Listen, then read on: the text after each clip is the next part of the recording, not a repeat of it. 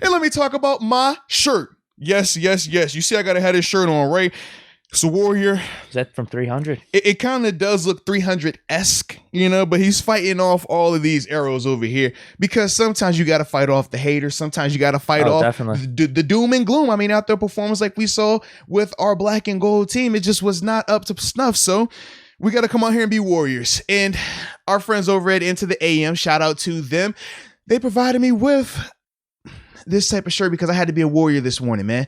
Deke had to be a Warrior today, all right? And we're going to be Warriors because of Into the AM providing us with these awesome shirts, graphic tees, basic tees, awesome deals going on over there. But as we always say when we talk about a company, especially Into the AM, you got to get a promo code, baby. So you see the link right there. The promo code is MOATS10. So you get your 10% off of all of your purchases there, whether you're doing the subscription so you can get the shirts coming in on a monthly basis, or if you're just doing your regular one-off purchases. We know it's Cyber Monday today. Yeah. You know, you got Christmas coming up as well. So whatever you shopping for, make sure you show the friends over Into the AM some love, but use that promo code MOATS10. The beauty is this, man. We're going to get a chance to see how this team responds, man.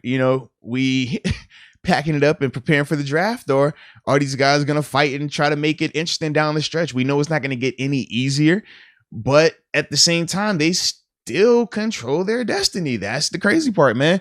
Oh, definitely. They're in control of, everything. Now, how much you believe that based on personnel, whether you're believing it's coaching, whether you believe in, that these guys even have the desire to, because at times that could easily come into question. I mean, those are going to be the things that are going to be talked about this week and that are really going to be the focal point come Sunday when they play the Ravens, man. Well, with what you said there, I did want to bring this up because Tomlin brought up in his press conference that changes might be made. Yeah. Do you have any initial thoughts of what you would do? Like right off the bat here. Well, I got to see health-wise, but I'm making changes on the O-line. If guys are available, because like I said, they discussed making changes to this O-line a couple of weeks ago. Injuries happened, and they really couldn't do that. We got to see what the status of some of these guys that are still injured. You talk about guys like Dotson, right? That changes some stuff in terms of one more week. Yeah, in terms of what you can and can't do. Because for me, I would love to have Hassenauer at center. I think it's time. For what he loses in athletic ability, he's never given up that type of movement, run game, pass game. All the times he played last year, we think about all the times he went in there last year. You think about every time BJ Finney has went in there on our O-line in Pittsburgh. Not once have we ever looked at it and it looked like that, where guys just getting blown back. And not just, and this is the thing that frustrates me as well. The run would be on the other side. Yes, and dude. It was his guy making the tackle. It was like, damn, dude. And this is the part that frustrates me, because it's like, if that's BJ or if that's JC last year, they can have one or two plays like that and we're all like, yo, they got to go right now, get them out. But because Green is a draft pick, how many times have we come in here and seen this exact same thing, even dating back to the Eagles preseason game? Oh, that was bad. But yet we make excuses every week for it. Like, oh, man, he's young. Oh, man, he switched position. It's like, I get the excuses, but why do we move the goalposts for this player versus these players where it never looked like that with those players? Never. We never saw those guys getting blown back. Bro, it's been times where he's past bitten. Like, we weren't seeing that. Let's be real. We never saw that. And if we did, we would have called him out and been like, yo, this can't happen. Yeah. But because he's a draft pick, it's like, man, why has this become acceptable? Where we're like, man, that's all right if he's getting blown back. Hey, man, he fights hard. He runs downfield good. Like, those are some of the things where we have to ask ourselves, like, where is this standard at? Because right now, I don't feel like the standard is technically the standard right now, because that's never been acceptable. And I feel the same way when we talk about our defense. I mean, when we say Devin Bush, it's like certain things that we allow him to get away with. It's like, bro, we would never allow these type of things. But because of their draft status, we keep making excuses. We keep finding reasons to make it be okay. And it's like, dude, keep justifying it, keep seeking comfort, and it's going to keep us where we're at right now, having these type of games where we're saying to ourselves, man, we can't protect Ben. We're saying to ourselves, man, we can't stop the run. We're saying to ourselves, well, how is he the 10th overall pick and we not getting any type of plays made? Like, those are the things where I'm just like, yo, we got to make changes. And going to what other changes I'll make on defense, they did make this change, but he got hurt. Robert Spillane, early on in the game, Robert Spillane was out there way more. Yeah, hurt his knee, and that changed it. And then from there, Devin had to go back out there. But initially, Devin got the start, but Spillane went out there and was out there quick. The majority of the time. I think it was after that offside. Yeah, it was literally like, we're going to give you a start. You got the short leash. As soon as you do anything wrong, we switch you out. And I was fine with that because Bush has allowed it to get to this point, right? We weren't acting like this at the beginning of the season, but it's like, man, you've allowed it to get here, so this is what you have to deal with. But it was just unfortunate. Spillane gets hurt, so you go right back. And that was part of the reason why I said when Tomlin was talking about Bush, is like, you can't kill him publicly because you're one play away from you having to put him right back in there. And essentially that's what happened for us too, man. I mean, he's like, hey, we're going to bench you. All right, we benched you. All right, he's hurt. You're back in. It's like, dang, all right. Offensive line. What does it look like for you? We're all healthy. Let's say Dotson's in at left guard. If we're healthy, man, I'm putting Banner back out there. I'm probably gonna put Banner at right tackle, Chooks at left, because at least something new. I ever say it, something new. Even if I already seen it before, just maybe I forgot what it looked like. Maybe regular season Chooks at left tackle. I owe it to myself. I got to see that. But Banner has to get on the field now. They did put him out there a little bit more, but it was still flow of the game. They got a flag on that one. It was like a Claypool Banner thing. Man. They line up over top of each other. Yeah, Claypool got to be off, and you can't cover up the end of the line of scrimmage, man. So that's not on Banner. But when I'm watching, I'm just like, they're trying to get him back out there, but I'm like, the way that they're doing it, the flow of the game isn't going to allow him to get those opportunities either, you know? But I would definitely make that switch in terms of the tackles. Chooks go to left, Banner come to right. And then from there, I'm putting Hassanel at center. And if I don't feel comfortable with Hassanel, I'll put BJ at center. If everyone's healthy, because both of those guys I've seen do it, I'm more of a BJ guy just because I've been in the locker room with him. He was my teammate for 4 years. So I've seen games where he would have to come in at center and we never missed a beat. I've seen games we had to go in there at guard. We never missed a beat. So I'm a little bit more, pro. You give him the benefit of the doubt just over because last game. I've been there with him, whereas JC, I never played with him. But watching him on tape, he still held his own at times last year. So it's not, oh, I like this guy better. It's just, I know him. I don't know him. You know what I mean?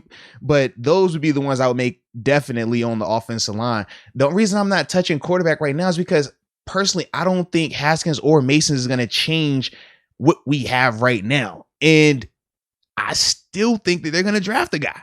I do. Either draft a guy or go through free agency to get a quarterback. So I'm not into the whole, man, let's just throw these guys out there and just hope for the best at the end of the year. I've never been a fan of that. I'm just not. To me, this just looks like, we quitting. You know what I mean? And I'm like, I'm not a quitter. Like, it's just... Bro, if we win that Lions game, we have the same exact record as the Chargers, who are the 7th seed right now. And then there's like a couple teams ahead of us. Right.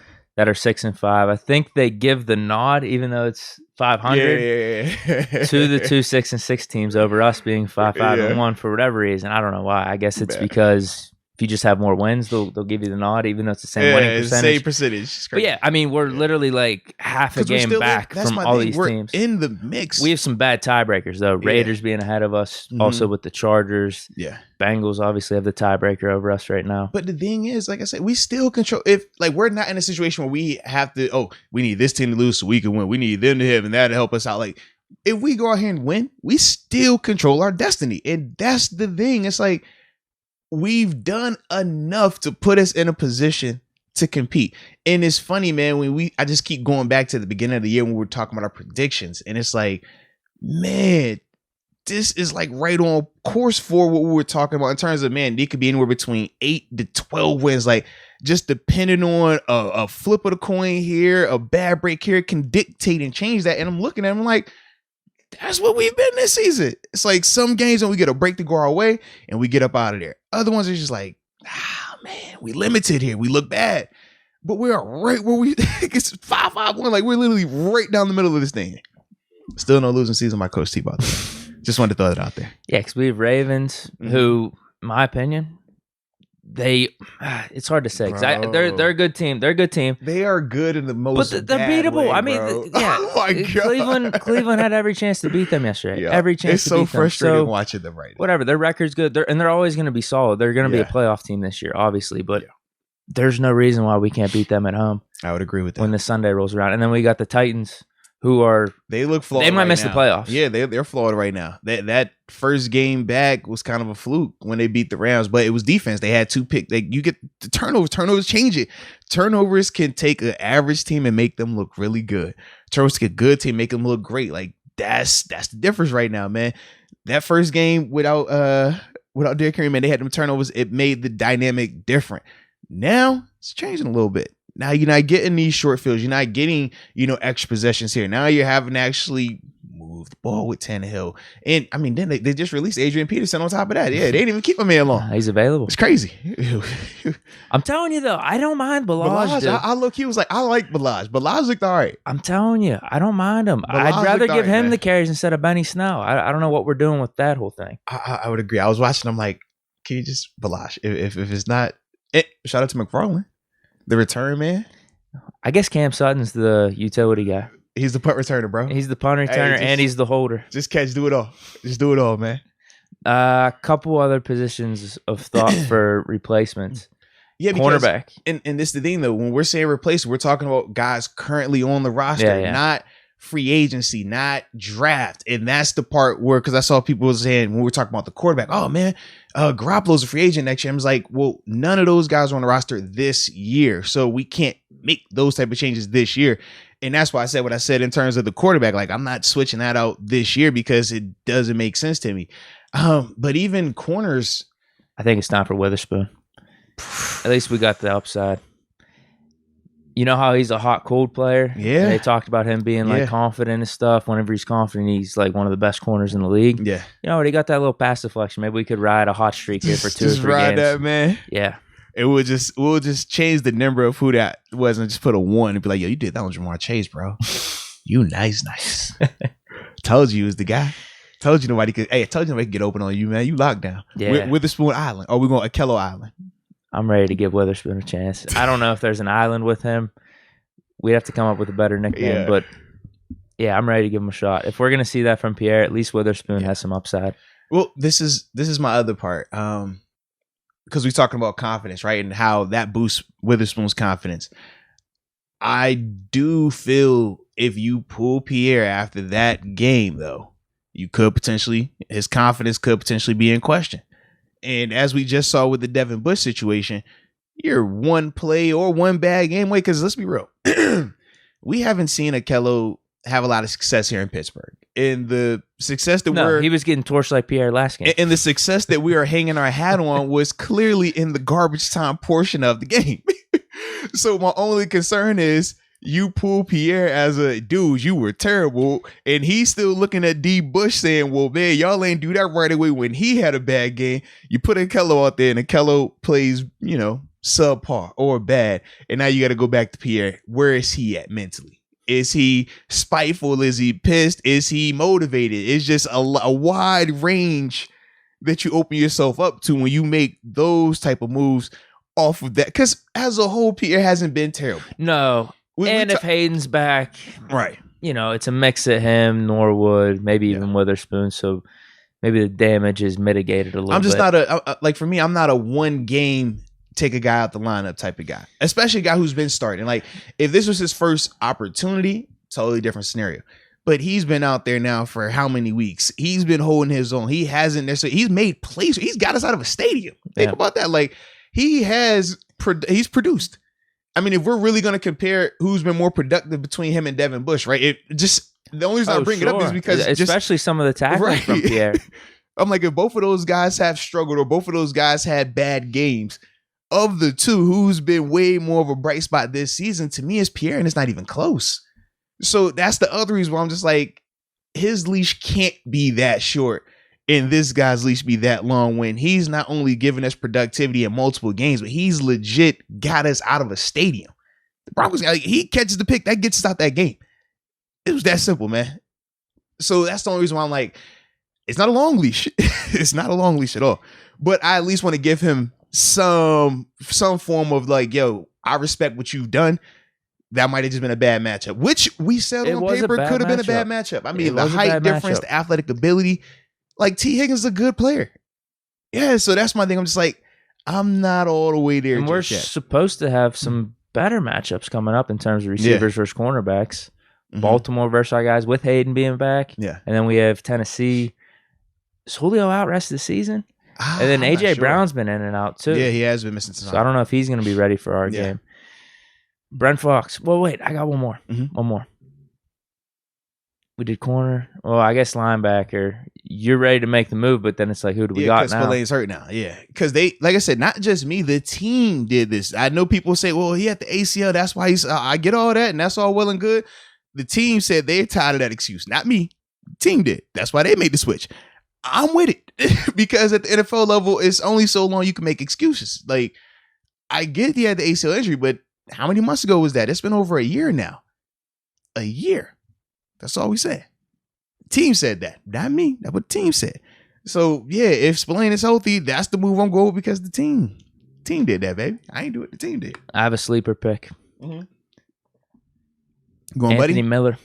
Oh, shout out to Anthony. The one-hander, Is it time for more Anthony Miller? Is it time for more Miller time? I like the catchiness of said name. I'm trying to figure out where it fits. Because no Ray yesterday. Yeah. It was no Ray, so technically like Does Ray change anything? Did you feel like the offense changed at all with Ray not be like, did any other receiver, he benefited from, like, I never felt like that. And then I'm like, it was a game where we clearly were going to have to throw the ball. So you would think like, oh yeah, this would be the guy. This would be one of those matchups. Yeah, for me, outside of the little one-hander, I just, yeah. But he didn't really get targeted outside. No, he didn't. No, he didn't. Not at all. But I checked his snap counts. He was like at 40, but I'm sure that most of that was garbage stuff. Yeah, but for me, I don't know. Him getting more time, like, I just don't see what that equates to in terms of productivity, because I keep thinking back to myself, we got big issues up front. We do. Like, I'm sorry, we do, bro. Baltimore's flawed, but they can rush the passer. That's my thing. I'm like, whoever you want to put out there, I don't know. You see the two guys we should have got, Odell and Deshaun Jackson, having a pretty good Thanksgiving weekend. That's a nice way to put that as well, man. Yeah. Two guys we could use.